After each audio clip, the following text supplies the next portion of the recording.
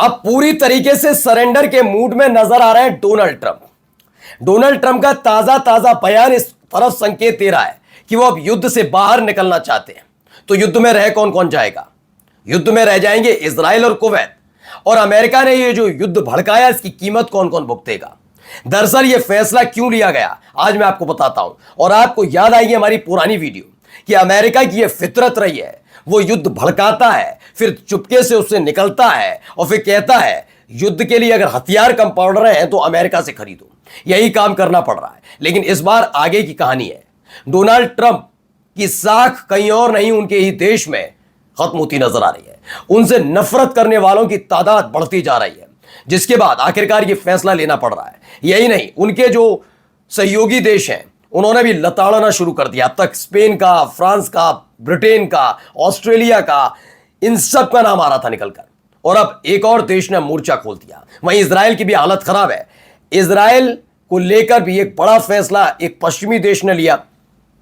तो वहीं इजराइल में अब लोग सड़कों पर उतर आए, यानी गृह युद्ध जैसे हालात इजराइल के अंदर बनते नजर आ रहे हैं। और क्या कुछ हुआ है वो भी दिखाऊंगा, क्योंकि हमला भी जोरदार था और अमेरिका को झटका भी लगा है। 2 प्लेन स्वाहा हो गए। नमस्कार, मैं हूं प्रज्वल गौतम और आप देख रहे हैं टाइम्स एक्सप्रेस। सबसे पहले ये खबर देखिए, अब अमेरिका किसी भी वक्त युद्ध समाप्ति की घोषणा कर सकता है। क्यों? ट्रंप आज राष्ट्र के नाम संदेश देने वाले हैं।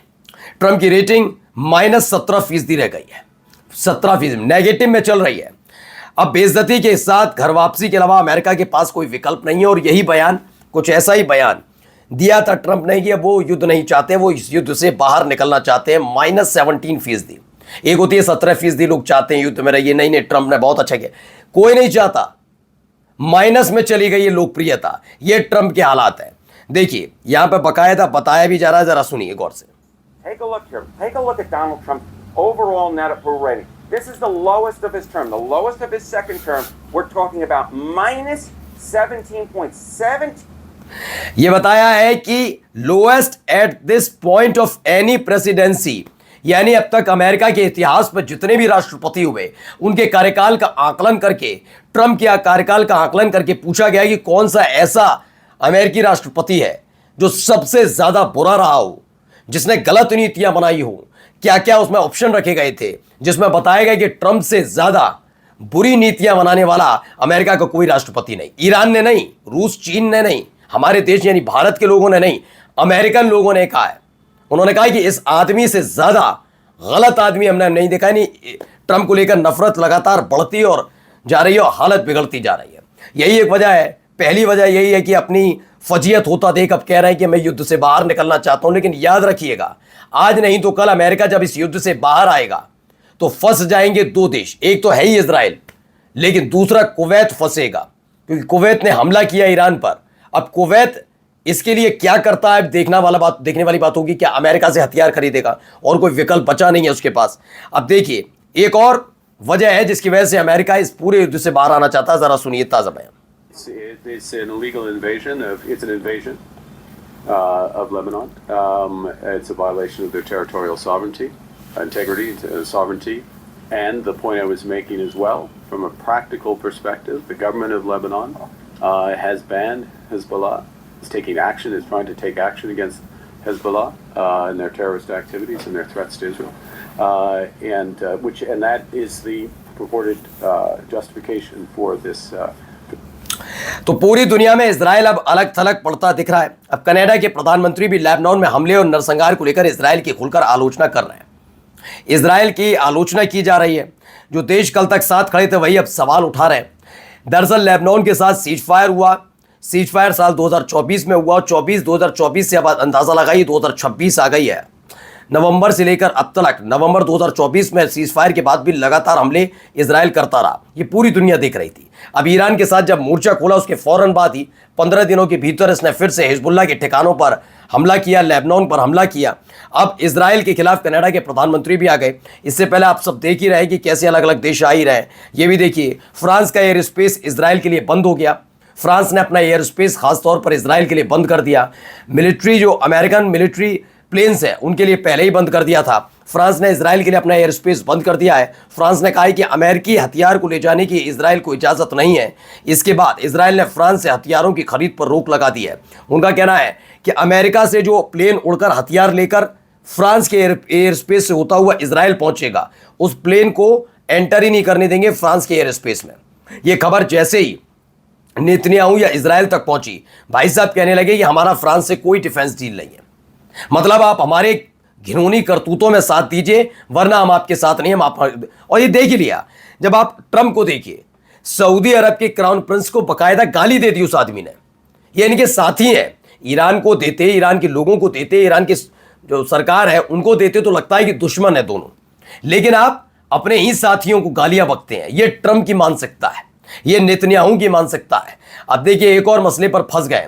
मैंने एक दिन पहले भी आपको खबर दिखाई थी कि एक बड़ा गलत कदम उठाया गया है। अगर देखा जाए तो अंतर्राष्ट्रीय स्तर पर इसकी आलोचना नहीं बल्कि इजराइल पर बैन तक लग जाना चाहिए। लेकिन हुआ क्या? हुआ यह कि 11,000 से ज्यादा अभी भी फिलिस्तीनी इजराइल की जेलों में बंद हैं। संसद के अंदर एक प्रस्ताव लाया जाता है, उस प्रस्ताव पर मोहर लगते ही तालियां तो बजती हैं, शैंपेन उड़ाई जाती है। और यह प्रस्ताव यह है कि अगले 90 दिन के भीतर इन 11,000 फिलिस्तीनियों को फांसी की सजा दे दी जाएगी, जिनमें 2,500 बच्चे भी शामिल हैं। शुरुआत में लगा कि इसकी आवाज नहीं उठेगी, पूरी दुनिया इस पर मौन साध कर बैठी है, लेकिन इजराइल के अंदर ही गृह युद्ध जैसे हालात है। तस्वीर देख लीजिए।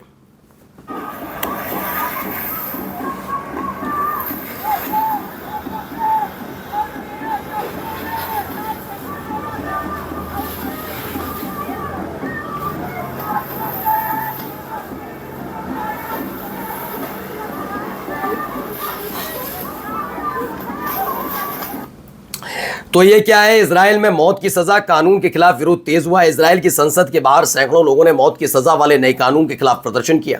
प्रदर्शनकारियों को हटाने के लिए पुलिस ने वाटर कैनन का इस्तेमाल किया।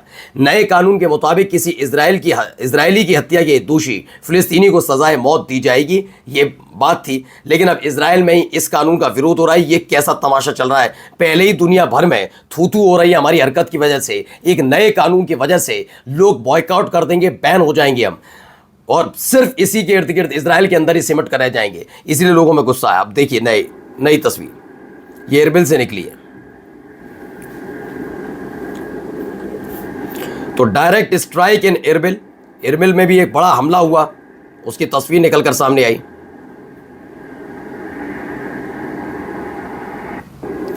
तो एरबिल में हुए हमले की ये तस्वीर है। इसके अलावा एक और खबर, ये देखिए, तेल अवीव बेनई ब्राक में अटैक।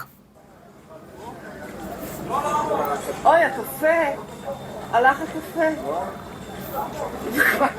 कोई रेस्टोरेंट टाइप है, वहां पर अटैक की तस्वीर। לא, זה הכל פה, כל החשמל. ויש פה חתיכה של טיל.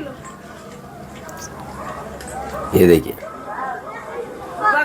तो दावा है कि इस हमले में 14 इजरायली गंभीर रूप से घायल हुए हैं। खबर है कि एक की हालत गंभीर बनी हुई है। बेनई ब्रेक ईस्ट ऑफ तेल अवीव, यानी कि तेल अवीव के पूर्व में स्थित इस जगह पर हमला हुआ। और जाते जाते खबर कंफर्म हो गया, 2 एक्सपेंसिव E3 एवॉक रडार प्लेन्स ध्वस्त, एक 3 KC-135 रिफ्यूलर प्लेन्स, यानी कुल मिलाकर 3 प्लेन सऊदी अरब में फूंक दिए ईरान ने। इससे पहले भी 5 ऐसे ही प्लेन फूंक चुका है ईरान। नमस्कार।